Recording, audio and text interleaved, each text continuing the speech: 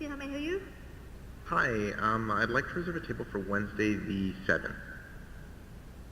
For 7 people? It's for 4 people. 4 people when? Next Tonight? Wednesday at 6 p.m. Oh, actually we reserve for like upper like 5 people. For 4 people you can come. How long is the wait usually to be seated? For when, tomorrow or weekday or? For next Wednesday, the 7th. Oh no, it's not too busy. You can come for 4 people, okay? Oh, I gotcha. Thanks. Bye bye.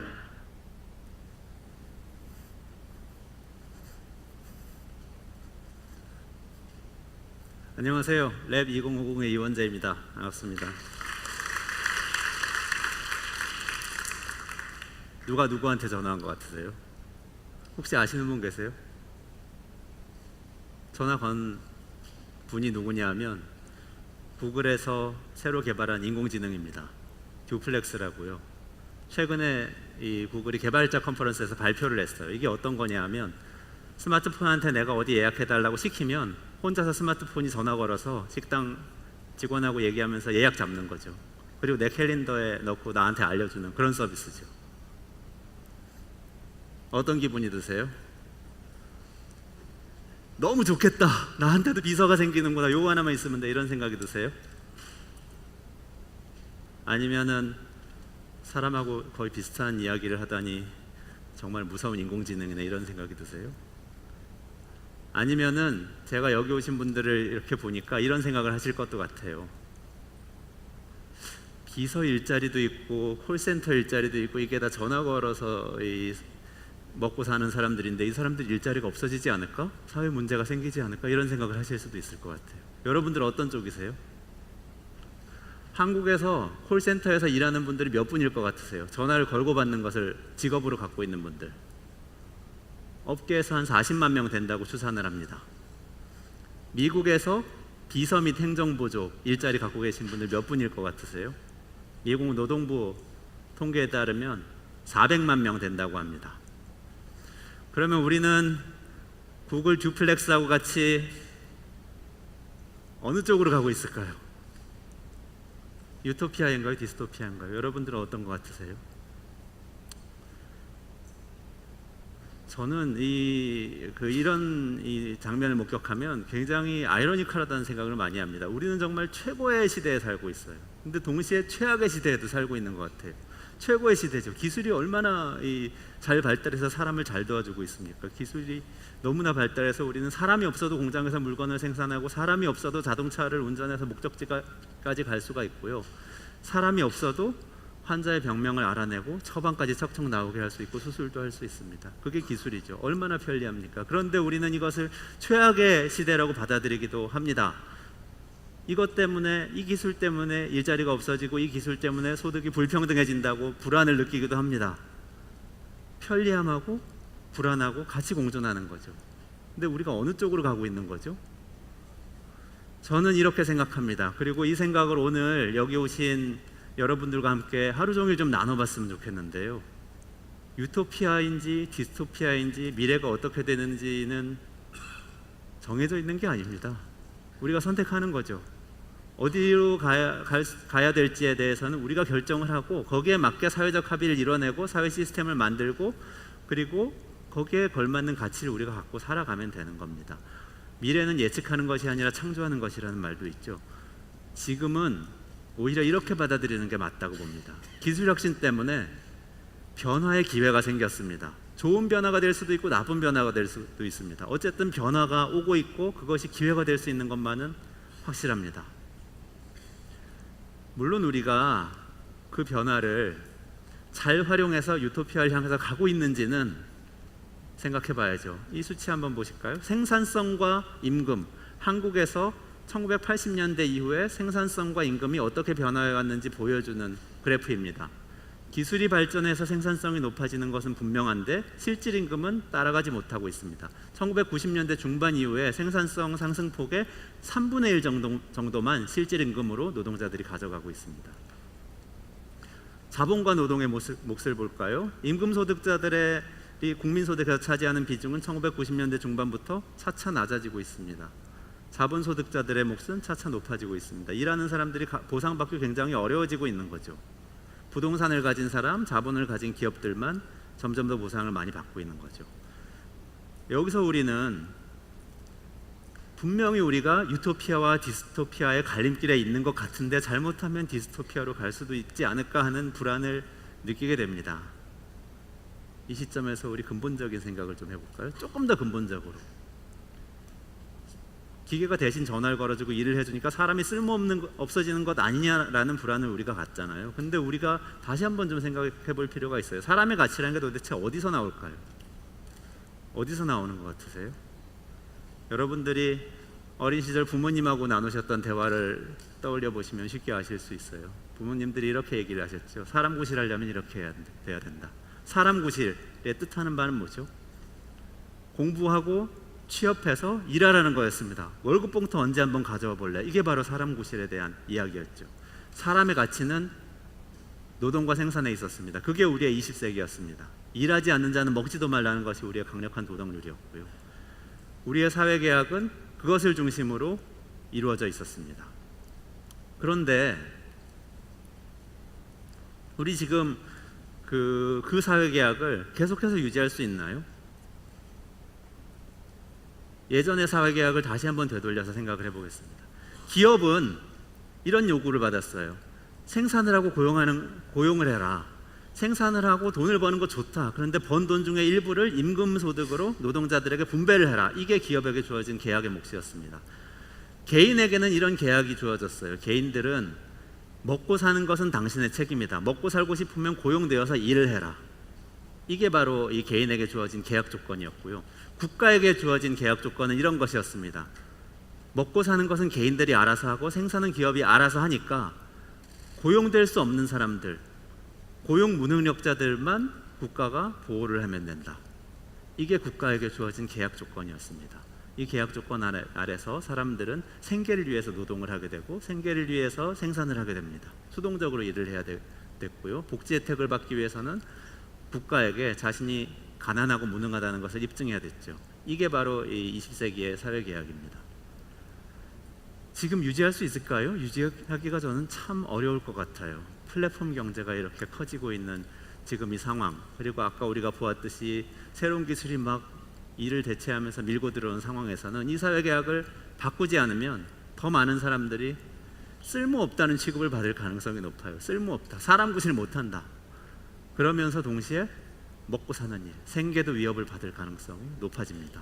그래서 오늘 이 자리에서 저는 이런 말씀을 드리고 싶어요. 새로운 사회계약에서 다시 한번 생각을 해보자. 새로운 사회계약.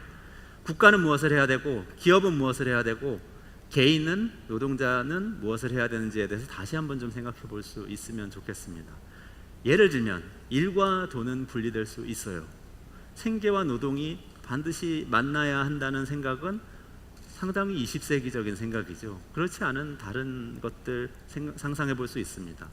또 일과 교육은 우리는 반드시 맞붙어 있어야 된다고 생각했거든요. 학교에서 교육받는 이유는 취직을 잘해서 생산을 많이 하기 위해서라고 믿었는데 그렇지 않을 수 있습니다. 배움 자체가 목적일 수 있잖아요. 지식 자체로부터 우리는 희열을 얻을 수 있고 그것이 기쁨일 수 있죠. 연결되지 않을 수도 있습니다. 이렇게 연결이 해체되는 상황에서 어떤 사회계약을 맺어야 되는지에 대해서 오늘 좀 이야기를 하면 좋겠습니다. 제가 이 자리에서 세 가지 질문을 한번 말씀을 드려볼 테니까요. 그 질문을 같이 풀어가는 과정을 오늘 쭉 한번 같이 겪어보면 좋겠습니다. 첫 번째 질문은 이것입니다. 경제적 안정에 대한 것. 디지털 전환 시대고 기술이 이렇게 변하는데 모두의 경제적 안정을 어떻게 확보를 할 수 있을까? 이게 첫 번째 질문입니다. 고용이 아니라면, 임금이 아니라면 우리는 불가능하다고 생각했는데 그것은 어떻게 가능할까? 저의 제안이 있습니다. 그건 뭐냐 하면 국가가 좀 더 많이 사람을 존엄하게 살 수 있도록 만들어주자. 경제적 안정을 보장해주자. 어떻게 보장할 것인가? 그것을 우리가 오늘 논의를 하면 좋겠습니다. 어떻게? 기본소득제를 포함해서 굉장히 대담한 제안들이 오늘 세션에서 나올 거고요. 거기에 대한 토론이 이루어질 겁니다. 국가가 경제적 안정을 보장해 준다면 사람은 좀 더 존엄할 뿐만 아니라 좀 더 혁신적으로 살아가면서 혁신가가 될 수도 있지 않을까, 그런 생각을 한번 해봅니다. 여러분도 같이 한번 고민해 주시면 좋겠습니다. 두 번째 질문입니다. 자, 우리 이렇게 다시 한번 생각을 해보면 좋겠어요. 경제적 안정만 되면 정말 우리는 사람의 가치를 다시 찾을 수 있을까요? 우리 부모님이 예전에 얘기하던 사람 고실은 취직해서 월급을 받는 거였는데, 취직하지 않고도 월급을 받거나 월급 못 받을 위험이 전혀 없다면, 그러면 나는 사람 고실을 그래도 잘하고 있는 것일까요? 질문을 이렇게 한번 해보면 좋겠어요. 생계와 노동이 분리될 정도로 경제적 안정을 국가가 개인에게 보장을 해주더라도 저는 이렇게 생각합니다. 그렇더라도 우리가 정말로 진정하게 인간의 가치, 사람의 존엄성을 되찾을 수 있는 것인가? 다른 조건들이 또 필요하다고 봅니다. 그 조건에 대해서 오늘 좀 이야기할 수 있으면 좋겠습니다. 사람은, 저는 새로운 사회 계약 아래서는 이렇게 생각하면서 살아가면 좋겠습니다. 경제적 안정은 국가에게 보장해달라고 요구할 수 있어요. 그리고 안정을 받을 수 있습니다. 그런데 개인은 또 이 계약 조건의 하나로 돈벌이를 위해서가 아니고, 꼭 돈벌이를 위해서가 아니더라도, 생계 위협을 받지 않더라도 사회적 가치를 위해서, 보람을 위해서, 기쁨을 위해서, 그것 자체의 충만함을 위해서 자발적으로 일할 수 있어야 한다고 생각합니다. 기업은 또 어떠냐 하면, 기업은 자유롭게 혁신할 자유를 보장받을 수 있을 겁니다. 아마 개인들에게 경제적 안정이 가면 훨씬 더 쉽게 유연하게 기업을 경영할 수 있을 거라고 생각합니다. 하지만 거기서 얻은 부가가치는, 거기서 얻은 이익은 상당 부분을 사회에 충분히 분배되도록 돌려주는 것이 새로운 사회계약에 기업에게 주어진 계약 조건일 것이라고 저는 생각합니다. 기업이 사회 문제 해결에도 눈을 돌려서 뛰어들어야 되는 것이죠. 세 번째 질문인데요. 인류가 한 번도 경험해보지 못한 이야기를 지금 하고 있습니다. 이현재 이사장님께서 축사에서도 말씀해 주셨지만, 다가오는 변화는 그 전의 변화보다는 훨씬 더 근본적일 수 있을 것이라고 저는 생각합니다. 그 변화를 넘어서기 위해서 우리는 새로운 정책을, 새로운 제도를, 새로운 패러다임을 고안해내야 되는데, 어떻게 그걸 해낼까요? 아무런 참고 자료가 없는데, 등대가 없는데 어떻게 배를 항해할 수 있을까요? 저는 새로운 시도와 실험을 통해서 그것을 해나갈 수밖에 없다고 생각합니다. 오늘 오전에 토론을 할 기본소득제와 현금 지급과 관련된 경우에 전 세계 여러 군데에서 이미 실험이 벌어지고 있죠. 그 실험의 대표 주자들이 오늘 또 이 패널로 나오셔서 발표를 해주실 것이라고 생각합니다. 핀란드에서, 미국에서, 인도에서, 나미비아에서 많은 실험들이 이루어지고 있습니다. 오늘 세션 이렇게 세 가지로 구성됩니다. 디지털 전환 시대에 우리는 경제적 안정을 어떻게 확보할 수 있을까? 그리고 기술 혁신과 사회 혁신은 어떻게 만날 수 있을까?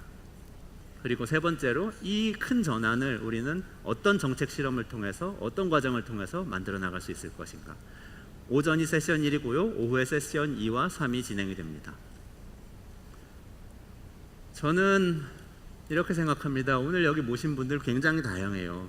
제가 이렇게 보니까 아주 다양한 분들이 계신데요. 비영리 섹터에서 일하는 분들 계실 겁니다. 사회적 경제에서 일하고 계신 분들 계실 거예요. 스타트업, 기업, 기술 벤처에서 일하는 분들 계실 것이고요. 정책의 혁신을 위해서 지금까지 노력해온 분들 계실 것 같습니다. 모두 다 모셨거든요.